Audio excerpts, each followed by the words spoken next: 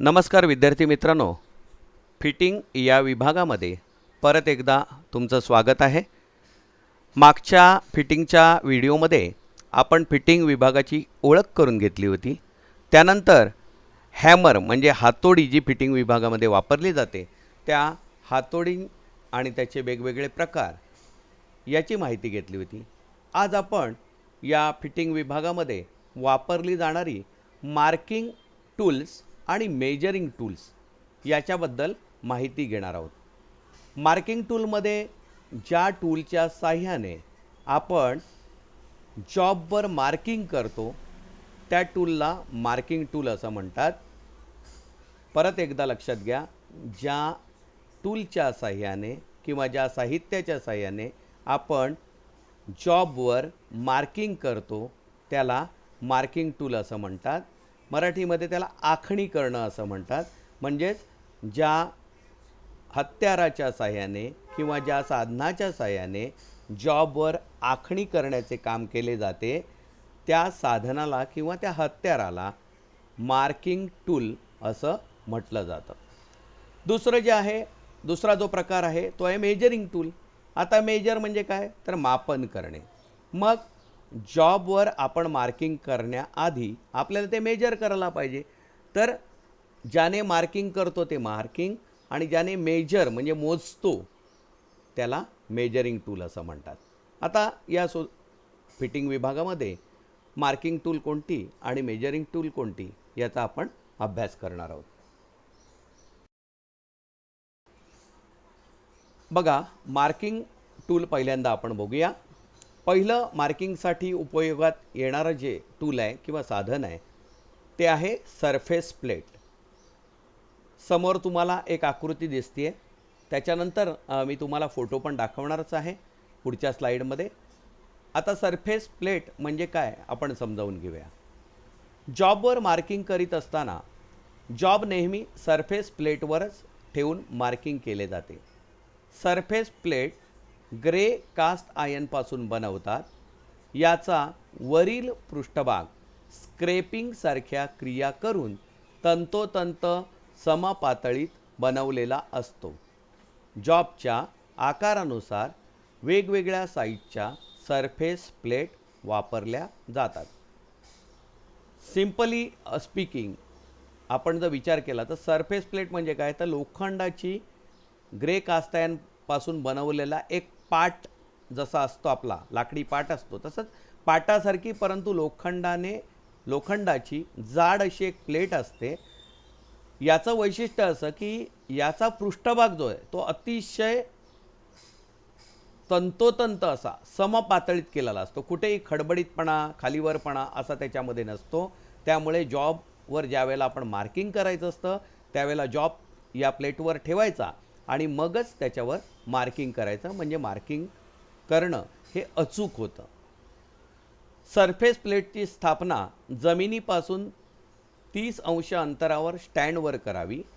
Marking झाल्यानंतर surface plate नेहमी oil किंवा ग्रीस लावून लाकडी झाकणाने झाकून ठेवावी। म्हणजेच आपण जेव्हा सरफेस प्लेट ठेवतो एखाद्या ठिकाणी वर्कशॉपमध्ये तर ती जमिनीवर ठेवू नये, वर ठेवावी आणि साधारणपणे ती टेबलावर असावी। ते जे डायमेन्शन दिलं आहे ते 3 फूट असायला हवं। खरं तर 3 फूट अंतरावर स्टँडवर ठेवावी। ते 30 चुकून झालेलं आहे, 3 फूट हवं आहे। ते 3 फूट अंतरावर ही ठेवावी, म्हणजेच एखाद्या स्टूलवर किंवा टेबलवर ती ठेवावी। त्याला हात लावू नये एकसारखा। आणि काम आपलं झालं मार्किंगचं की त्याच्यावर लाकडाचं एक झाकण येतं, म्हणजे खोका टाईप असतो तो खोका वर झाकून ठेवावा।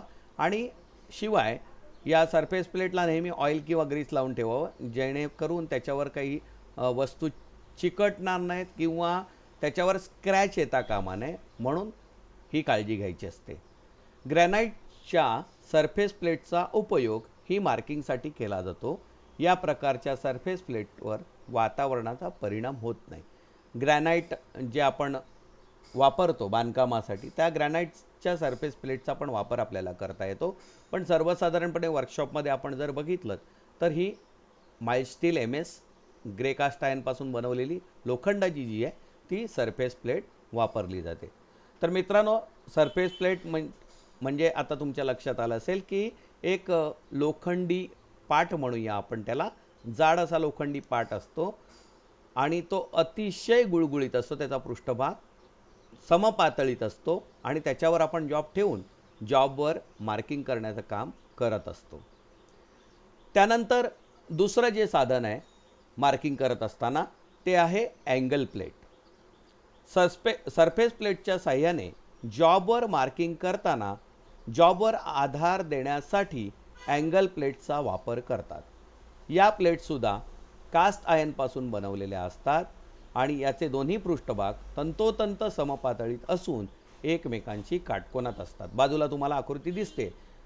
या सरफेस प्लेटवर आपण ज्या वेळेला जॉब ठेवतो त्या जॉबला आपण आडवा ठेवू शकतो फक्त, पण जॉबला उभं ठेवून मार्किंग करायचं समजा, तर मग आपल्याला सरफेस प्लेटवर तशी सोय नसते. म्हणून सरफेस प्लेटवर ही अँगल प्लेट ठेवायची आणि अँगल प्लेटवर जॉब ठेवायचा आणि त्याच्यावर मार्किंग करायचं, अशी सोय आपल्याला करता येते. म्हणूनच अँगल प्लेट जी आहे तीसुद्धा सरफेस प्लेटप्रमाणेच अगदी व्यवस्थित अशी काटकोनामध्ये तंतोतंत समपातळीत आणि ही सुद्धा ग्रे कास्ट आयर्नपासून बनवलेली असते. सरफेस प्लेटवर अँगल प्लेट ठेवल्यानंतर त्यांच्यामध्ये काटकोन तयार होतो, त्यामुळे जॉब ही काटकोनात धरला जातो आणि मोठ्या अँगल प्लेटवर काही खाचा दिलेल्या असतात. या खाचामध्ये नटबोल्ट व क्लॅम्पच्या साहाय्याने जॉब अँगल प्लेट बरोबर बांधता येतात. आपण जर बघितलं तर अँगल प्लेटला इकडे स्लॉट दिसत आहेत तुम्हाला. या स्लॉटचा वापर करून आपण जॉब जो आहे तो नटबोल्टच्या साहाय्याने सुद्धा पकडू शकतो. तर सरफेस प्लेट हा एक साधन झालं. दुसरं जे आहे ते अँगल प्लेट आहे. मार्किंग करताना जॉबला आधार देण्यासाठी आपण अँगल प्लेट वापरतो. म्हणजेच आडवा जॉब ठेवता येतो नुसता सरफेस प्लेटवर, पण जर आपल्याला व्हर्टिकल मापन करायचं असेल तर सरफेस प्लेटवर अँगल प्लेट ठेवायची आणि मग त्याच्यावर जॉब ठेवून आपल्याला व्हर्टिकल माप घेता येतं. आता ही सरफेस प्लेट आणि अँगल प्लेट नेमकी कशी असते ते आपण आता पुढच्या स्लाईडमध्ये फोटोमध्ये बघूया. मित्रांनो, ही तुम्हाला जी दिसते ती आहे सरफेस प्लेट. तुम्हाला सांगितल्याप्रमाणे ही बघा कशी आहे, ती पाटाप्रमाणे आहे, जाड आहे, साधारण 2 इंच जाडी आहे त्याची आणि त्याचा पृष्ठभाग जो आहे तो अतिशय गुळगुळीत आहे, समपातळीत आहे. तर अशा स्वरूपाची ही सरफेस प्लेट जी आहे ती आपण वर्कशॉपमध्ये वापरत असतो. त्यानंतर ही जी आहे ती आहे अँगल प्लेट. इथे तुम्हाला स्पष्टपणे दिसतंय ही काटकोनात आहे आणि याला स्लॉट आहेत. या स्लॉटचा वापर आपण जॉब याच्यावर ठेवून नटबोल्ट टाईट करण्यासाठी करू शकतो, म्हणून हे स्लॉट आहेत. त्यानंतर पुढचं जे साधन आहे ते आहे व्ही ब्लॉक. व्ही ब्लॉक हा आयताकार ठोकळा असून त्यावर 90 अंशाच्या व्ही आकाराची खाच असते. आयताकार ठोकळा आहे आणि व्ही खाच आहे बघा, तुम्हाला दिसेलच इकडे. याचा उपयोग दंडगोलाकार जॉबवर मार्किंग करताना जॉबला आधार देण्यासाठी करतात. आपण हा व्ही ब्लॉक नीट बघा. याच्यावर मार्किंग कसं केलं जातं जॉब ठेवून ते पुढच्या स्लाईडमध्ये तुम्हाला बघायला मिळणारच आहे. तर बेसिकली हा व्ही ब्लॉक हा आयताकार लोखंडाचा ठोकळा असतो, त्यावर व्ही आकाराची खाच असते आणि ज्या वेळेला गोलाकार जॉब असतो, राऊंड जॉब असतो, त्यावेळेला राऊंड जॉब त्याच्यावर ठेवून आपण त्या राऊंड जॉबला मार्किंग करू शकतो. ते कसं करायचं ते आपण पुढच्या स्लाईडमध्ये बघणारच आहोत. हा सुद्धा ग्रे कास्ट आयर्नपासून बनवलेला असतो. जशी सरफेस प्लेट आहे किंवा अँगल प्लेट आहे हे ग्रे कास्ट आयर्नपासून बनवलेलं असतं, तसंच हा सुद्धा ग्रे कास्ट आयर्नपासून बनवलेला असतो. याच्या सर्व बाजू समपातळीत एकमेकांशी काटकोनात असतात. पृष्ठभागावर आयताकार खाचा असतात आणि यामध्ये क्लॅम्प बसवता येतो. दंडगोलाकार जॉब मार्किंग करताना हलू नये म्हणून या क्लॅम्पच्या साहाय्याने तो दाबून ठेवतात. जास्त लांबीच्या जॉबसाठी एकापेक्षा जास्त व्ही ब्लॉकचा वापर करतात. ही जी तुम्हाला आता मार्किंगची पद्धत सांगितली इकडे, ती पद्धत नेमकी कशी ती आता पुढच्या स्लाईडमध्ये प्रत्यक्ष जॉब कसा पकडतात हा बघितला की तुमच्या नीट लक्षात येईल की जॉब कसा पकडून कसं मार्किंग केलं जातं व्ही ब्लॉकच्या बाबतीमध्ये. त्यानंतर खाली आहे गुण्या, ट्राय स्क्वेअर. हा काटकोन आहे, हा प्रत्येक ठिकाणी काटकोन तपासण्यासाठी वापरला जातो. गुण्या हे तपासणी करणारे तसेच आखणी करणारे साधन आहे. याचे खोड म्हणजे स्टॉक व पाते म्हणजे ब्लेड असे दोन भाग असतात व एकमेकांची रिवेटिंगच्या साहाय्याने काटकोनात जोडलेले असतात. आपण इकडे बघितलं आकृती तर तुमच्या लक्षात येईल, खोड हे जाड आहे आणि पातं हे पातळ आहे. खोड म्हणजे स्टॉक आणि पातं म्हणजे ब्लेड हे एकमेकांशी काटकोनात जोडलेलं आहे. खोडाला स्लॉट पाडला आहे आणि त्या स्लॉटमध्ये म्हणजे खाचामध्ये खाच पाडून त्या खाचेमध्ये हे पातं बसवलेलं आहे. खोडाची जाडी जास्त आहे आणि पात्याची जाडी ही कमी आहे. आता या गुण्याचं वर्गीकरण जे आहे ते पात्याच्या लांबीवरनं करतात. म्हणजे ही पात्याची जी लांबी आहे त्याच्यावरनं 100 मिलीमीटर, 150 मिलीमीटर, 200 मिलीमीटर अशी साईज जी आहे ती गुण्याची मिळवतात. आणि गुण्याचा उपयोग मुख्य काय तर जॉब काटकोनात आहे की नाही तपासणे आणि जॉबच्या कडेला 90 अंशामध्ये समांतर रेषा मारणे हे गुण्याचं मुख्य कार्य आहे. हा गुण्यासुद्धा आपल्याला प्रत्येक ठिकाणी वर्कशॉपमध्ये वापरला जातो. सुतारकाम विभागामध्ये सुद्धा गुण्या वापरावा लागतो, वेल्डिंगमध्ये पण वापरावा लागतो आणि फिटिंग शॉपमध्ये पण वापरावा लागतो. जॉब जिथे करावा लागतो आणि जिथे काटकोन तपासावा लागतो तिथे सगळीकडे आपल्याला गुण्या वापरावा लागतो. आता आपण व्ही ब्लॉक पहिल्यांदा बघूया कसा असतो तो. बघा इथे तुम्हाला उजवीकडे जे दिसतंय तो व्ही ब्लॉक दिसतोय तुम्हाला. लक्षात येईल तुमच्या की व्ही ब्लॉक हा एक पहिल्यांदा ब्लॉक आहे, म्हणजेच एक ठोकळा आहे आणि त्या ठोकळ्याला मधोमध व्ही पाडलेला आहे आणि नंतर स्लॉट पण केले आहेत म्हणजे खाचा पण केलेला आहे. हा ठोकळा परत एकदा सांगतो की ग्रे कास्ट आयर्नपासून बनवलेला असतो, म्हणजेच लोखंडी असतो. आणि या ठोकळ्याचा उपयोग कसा करायचा तो लगेच डावीकडे दाखवला बघा. ठोकळ्यावर एक गोल जॉब ठेवलेला आहे बघा, त्या व्हीच्या खाचेमध्ये एक जॉब ठेवलेला आहे आणि वरून क्लॅम्पच्या साह्याने तो जॉब टाईट केला आहे, म्हणजेच तो आता हलणार नाही टाईट केल्यानंतर. मग आपल्याला या जॉबवर जर मार्किंग करायचं असेल तर जॉब पहिल्यांदा असा क्लॅम्पिंग करायचा, असा बांधून ठेवायचा आणि तो बांधल्यानंतर मग आपल्याला त्याच्यावर मार्किंग करता येतं. हा त्याचा झाला उपयोग. त्यानंतर पुढचा आहे स्क्रायबर. स्क्रायबर हा एक धातूचा टोचा म्हणूया आपण. आपला दाभण जसा असतो तशाच स्वरूपाचा असतो. धातूच्या पृष्ठभागावर मापाच्या रेषा आखण्यासाठी वापरात येणाऱ्या पेन्सिलसारख्या टोकदार हत्यारास स्क्रायबर म्हणतात. धातूच्या पृष्ठभागावर मापाच्या रेषा म्हणजे आपण मापन केलं आहे, मग रेषा मारायच्यात आपल्याला धातूच्या पृष्ठभागावर, तर त्या लोखंडाच्या जॉबवर रेषा मारण्यासाठी आपल्याला लोखंडाचंच साधन पाहिजे. म्हणून हा एक पेन्सिलसारखा टोकदार हत्यार आहे, याला स्क्रायबर असं म्हणतात. याचा व्यास जो आहे तो 3 ते 5 मिलीमीटर असून लांबी 150 ते 200 मिलीमीटर असते. हाय कार्बन स्टीलपासून हा बनवलेला असतो.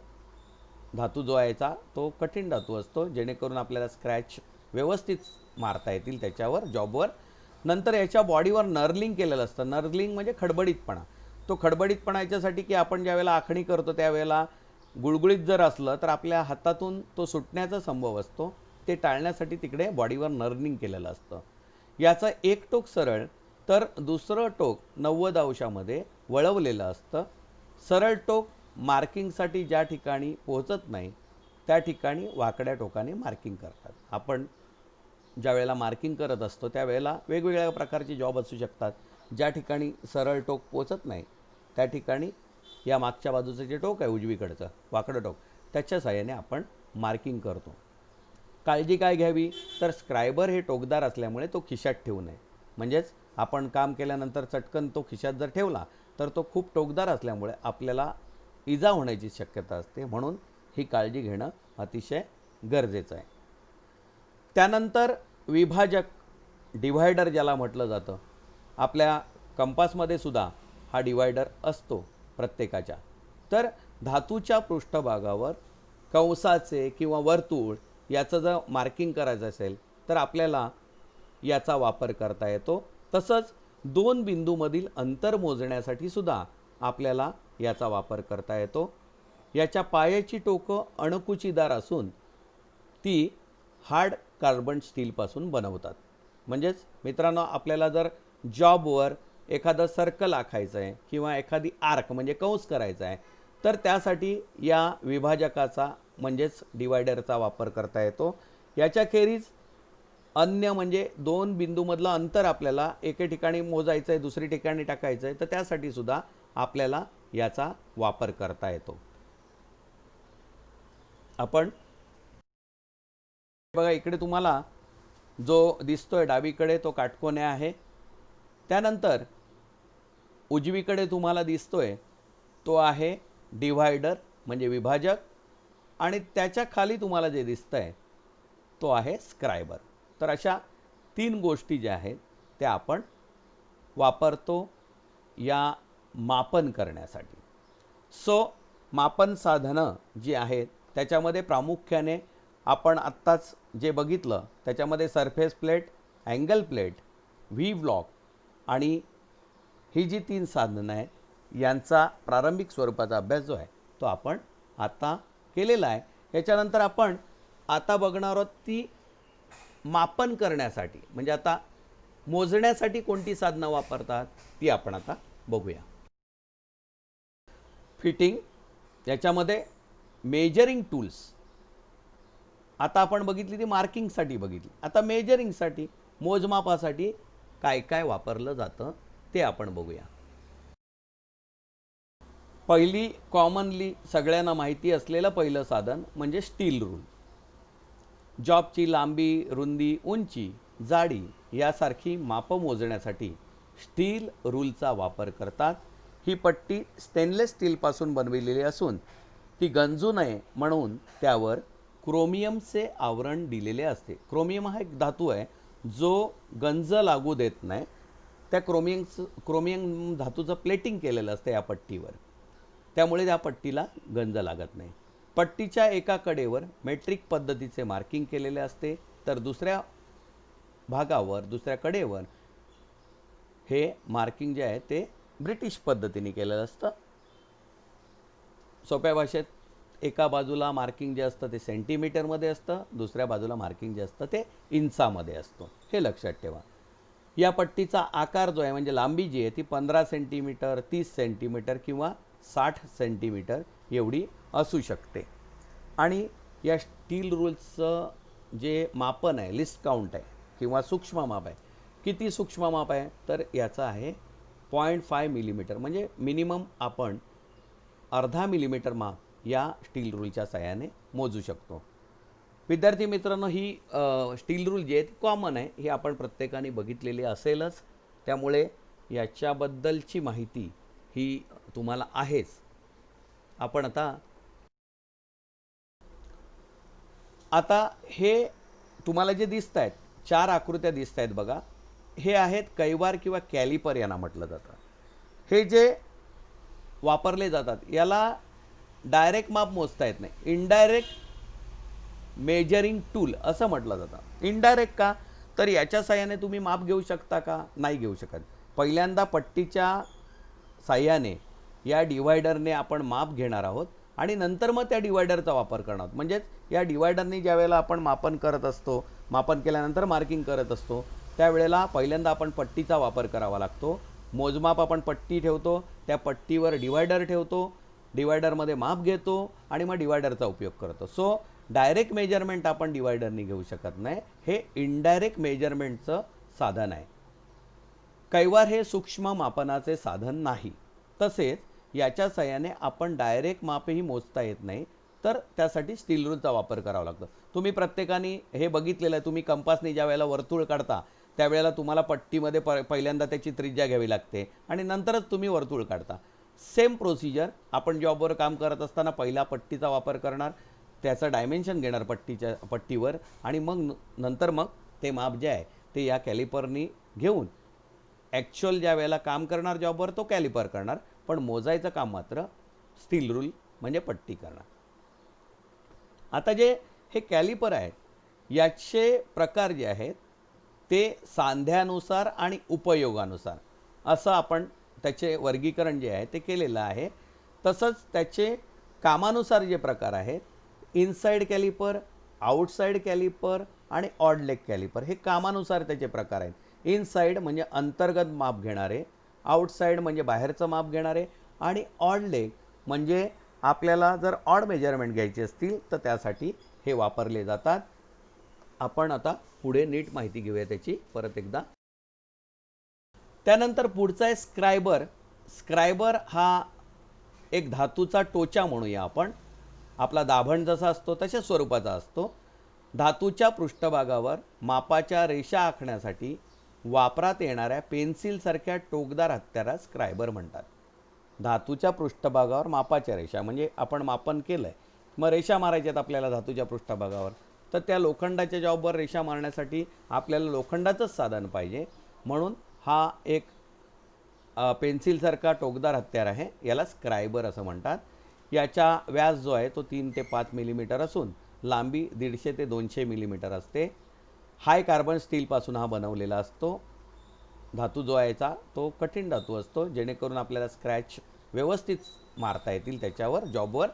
नंतर याच्या बॉडीवर नर्लिंग केलेलं असतं. नर्लिंग म्हणजे खडबडीतपणा. तो खडबडीतपणा याच्यासाठी की आपण ज्यावेळेला आखणी करतो त्यावेळेला गुळगुळीत जर असलं तर आपल्या हातातून तो सुटण्याचा संभव असतो. ते टाळण्यासाठी तिकडे बॉडीवर नर्लिंग केलेलं असतं. याचं एक टोक सरळ तर दुसरं टोक 90 अंशामध्ये वळवलेलं असतं. सरळ टोक मार्किंगसाठी ज्या ठिकाणी पोहोचत नाही त्या ठिकाणी वाकड्या टोकाने मार्किंग करतात. आपण ज्या वेळेला मार्किंग करत असतो त्यावेळेला वेगवेगळ्या प्रकारचे जॉब असू शकतात. ज्या ठिकाणी सरळ टोक पोचत नाही त्या ठिकाणी या मागच्या बाजूचं जे टोक आहे उजवीकडचं वाकडं टोक, त्याच्या साहाय्याने आपण मार्किंग करतो. काळजी काय घ्यावी तर स्क्रायबर हे टोकदार असल्यामुळे तो खिशात ठेवू नये.